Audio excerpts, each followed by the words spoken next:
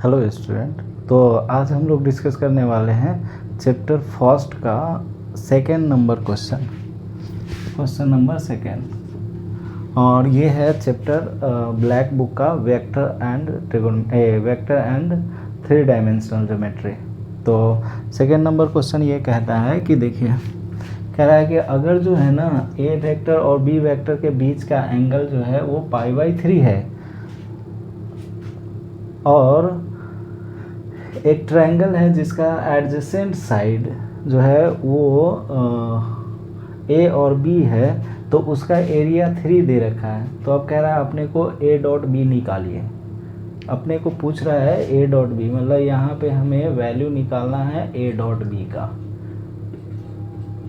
तो हमें पता है कि ए डॉट बी होता क्या है, तो ये होता है ए का मैग्नीट्यूड, बी का मैग्नीट्यूड और कॉस थीटा, जहाँ पे थीटा जो है वो angle between a and b होता है। तो अब जो है ना यहाँ पे हमें mod of a, mod of b और कॉस थीटा, मतलब थीटा अगर पता चल जाए तो जो है हम इसका वैल्यू निकाल सकते हैं। तो इसी का वैल्यू निकालने के लिए वो क्वेश्चन में हिंट क्या दे रखा है, तो कह रहा है ए और बी के बीच का जो एंगल है वो है π/3 है, मतलब थीटा तो हो गया कितना π/3। तो यहाँ पे थीटा पता चल गया। अब ए का मैग्नीट्यूड और बी का मैग्नीट्यूड पता चल जाए तो हो जाएगा।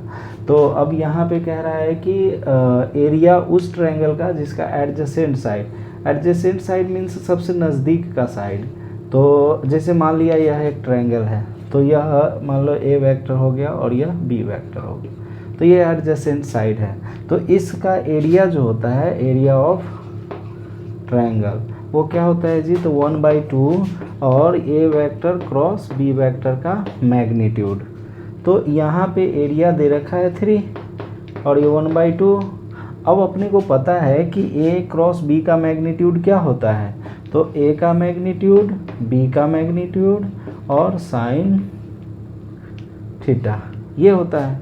तो अब इसका मैं ये 2 से मल्टीप्लाई कर दूँ तो ये 6 हो जाएगा, ये ए का मैग्नीट्यूड हो जाएगा, ये बी का मैग्नीट्यूड हो जाएगा और साइन थीटा जो है वो यहाँ पे है ए और बी के बीच का एंगल।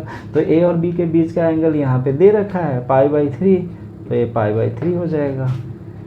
तो ये 6 equals to mod of a mod of b, और ये हो गया साइन 60 डिग्री, तो साइन 60 रूट 3/2। तो अब अगर देखा जाए तो ए का मैग्नीट्यूड और बी का मैग्नीट्यूड क्या होगा, तो 2 × 6 हो जाएगा, 2 से मल्टीप्लाई हो जाएगा और √3 से डिवाइड हो जाएगा। तो यहाँ से अगर देखा जाए कि ए का मैग्नीट्यूड और बी का मैग्नीट्यूड क्या होगा, तो ये 2 से तो मल्टीप्लाई हो जाएगा, √3 से डिवाइड होगा, मतलब 12/√3। अब जो है ना अपने को देखिए यहाँ से ये इसका वैल्यू रख दीजिए, ए का मैग्नीट्यूड, बी का मैग्नीट्यूड। तो ए का मैग्नीट्यूड और बी का मैग्नीट्यूड यहाँ पे रख दिया जाए तो ये 12/√3। और अब ये है कॉस, और कितना डिग्री है, तो ए और बी के बीच का तो π/3 मतलब 60 डिग्री। तो इसका भी वैल्यू रख दीजिए, तो 12/√3 इंटू ये कॉस 60 होता है 1/2, तो इससे ये समाप्त हो जाएगा। तो ये 6 टाइम्स, तो ये 6/√3।